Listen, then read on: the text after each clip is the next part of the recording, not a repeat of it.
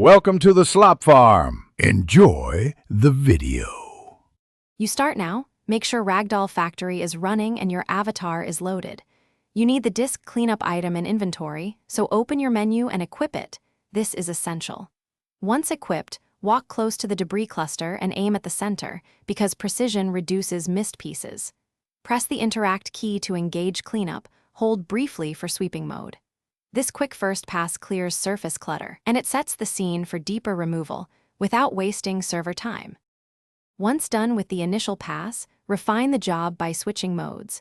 Sweeping clears groups while single taps handle fragile props. You should angle your camera around 45 degrees or lower, because better sightlines increase hit detection and reduce missed objects. Make short bursts of interaction, then pause to let the tool reset. This prevents cooldown stalls. As you progress, prioritize heavy items first, since removing them unblocks many small pieces. To finish, perform a final sweep across the cleaned area to pick up any leftover fragments and confirm your score or inventory change. If objects remain stuck, use a physics nudge or push them toward the respawn zone, because repositioning often lets the cleanup detect them. If the tool ignores items entirely, restart the client and re-equip. This clears temporary glitches. And if problems persist, report the bug with details. That helps developers fix underlying issues and prevents repeat failures.